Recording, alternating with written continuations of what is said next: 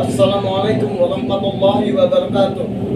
Yang terhormat Bapak Suryani selaku Rektor Universitas Pekalongan, yang terhormat Bapak Fahrudin Eko Hadianto selaku Dekan Fakultas Keguruan Ilmu Pendidikan Universitas Pekalongan, dan yang terhormat Ibu Hanidia selaku dosen pengampu mata perkuliahan operasi ilmiah, dan tak lupa yang saya bangga-banggakan yaitu teman-teman serta hadirin yang telah memberi saya kesempatan berbicara di depan ini.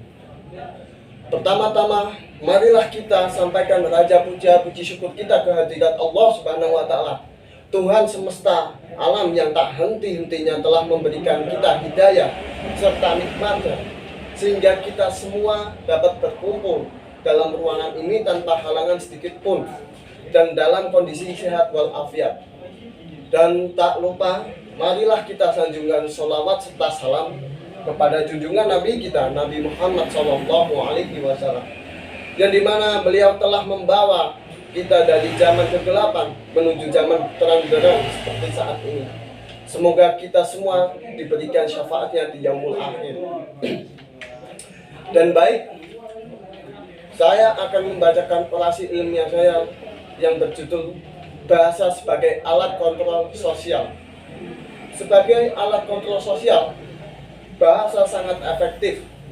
Kontrol sosial ini dapat diterapkan pada diri kita sendiri atau kepada masyarakat. Berbagai penerangan, informasi maupun pendidikan disampaikan melalui dengan bahasa.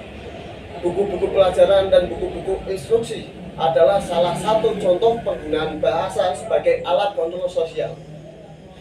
Ceramah agama atau dakwah yang biasa kita sebut itu juga merupakan penggunaan bahasa sebagai alat kontrol sosial.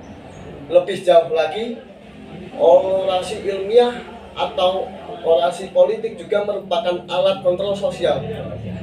Nah, kita juga sering mengikuti diskusi atau acara bincang-bincang talk show di TV atau di radio, iklan layanan masyarakat atau layanan sosial, dan itu juga masih bentuk sebuah penerapan bahasa sebagai alat kontrol sosial.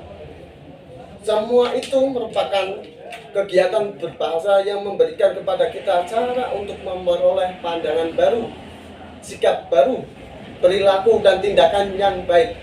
Di samping itu, kita belajar juga dengan menyimak dan mendengarkan pandangan orang lain mengenai suatu hal. Keunikan bahasa sebagai aturan untuk kontrol sosial yakni bahasa dapat hadir merembesi seluruh ranah dan wilayah kehidupan sosial. Kekuatan bahasa sebagai kontrol sosial berakar pada homologi, strukturalnya, dan ruang sosial dalam masyarakatnya. Bahasa seringkali dirangkai yang disampaikan untuk kepentingan dan tujuan tertentu, seperti situasi pandemi yang saat ini sedang mewabah. Pada saat pemerintah Indonesia mengkonfirmasi pertama kali keberadaannya, pemerintah telah mengeluarkan beragam peraturan yang tertuang dalam PP, Kepres, dan Perpu. Hal tersebut dilakukan karena masih terjadi penularan COVID-19 yang menyebabkan wabah tersebut semakin meningkat dan telah menimbulkan korban jiwa yang sangat banyak di tanah air kita pasti.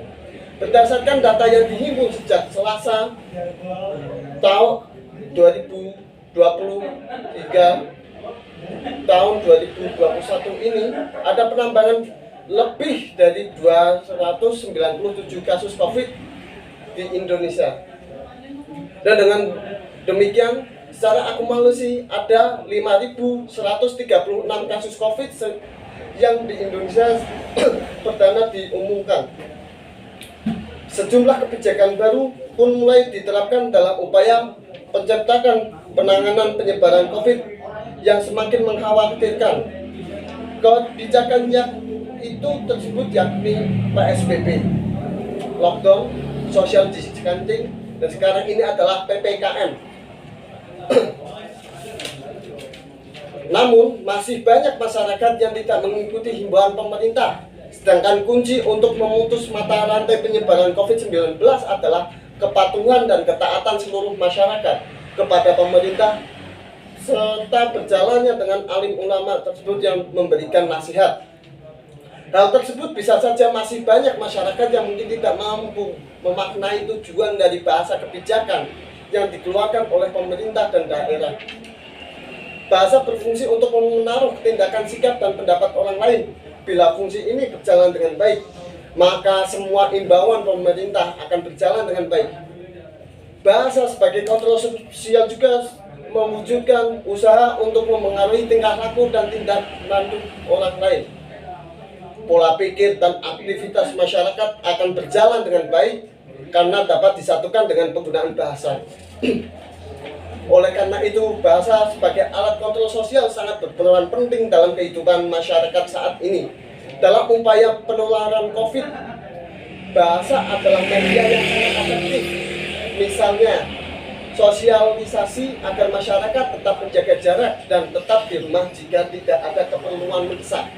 Nah, hal ini bertujuan agar tidak terjadi penyebaran dan lonjakan signifikan kasus COVID. Dalam penerapan bahasa sebagai alat kontrol sosial dapat dilakukan melalui dua cara, yang itu diantaranya cara persuasif dan cara konservatif. Pemberian saksi atau hukuman sesuai dengan kadar penyimpangannya tidak diindahkan dalam masyarakat. Penerapan bahasa kebijakan menanggulanginya dengan penyebaran COVID. Dengan demikian, apabila bahasa tidak digunakan sebagai alat kontrol sosial, maka imbauan yang berlangsung menjadi tidak baik. Itu juga terjadi sebaliknya. Jika tidak dijadikan sebagai alat kontrol sosial, maka himbauan pemerintah serta edukasi kepada masyarakat tentang social distancing, di rumah saja, dan lain sebagainya akan tidak bermanfaat dalam upaya penanggulangan pandemi COVID-19 yang menjadi momok di dunia ini hingga COVID Delta seperti sekarang ini.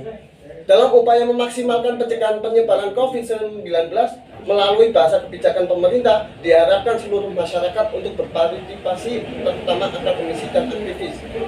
Dan marilah kita berperan secara maksimal mengedukasi masyarakat tentang COVID ini dengan menggunakan bahasa yang persuasif, efektif, baik dan benar dalam rangka mendukung program pemerintah.